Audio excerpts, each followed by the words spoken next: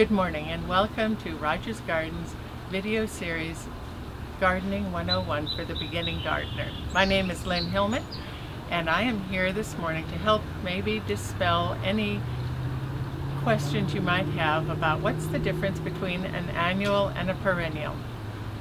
So briefly, an annual is a plant that goes from seed to seed within one growing season and then it dies.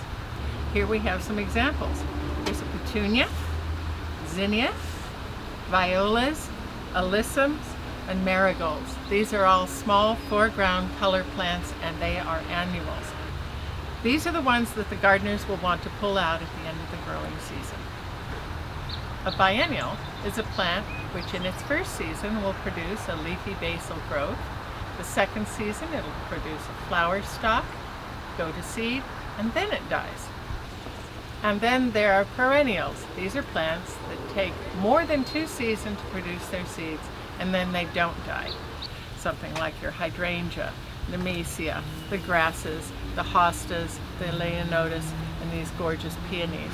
These are all perennial plants which are soft stem and they generally need cutting back or they die back to the ground at the end of each growing season.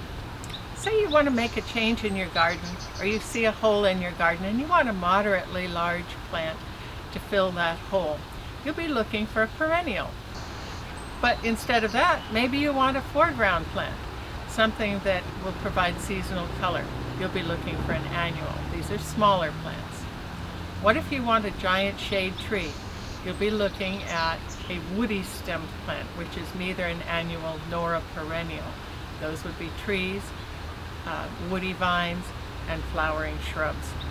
So next time your gardener asks you if he should pull out those annuals and trim back the perennials, you'll know what he's talking about and why.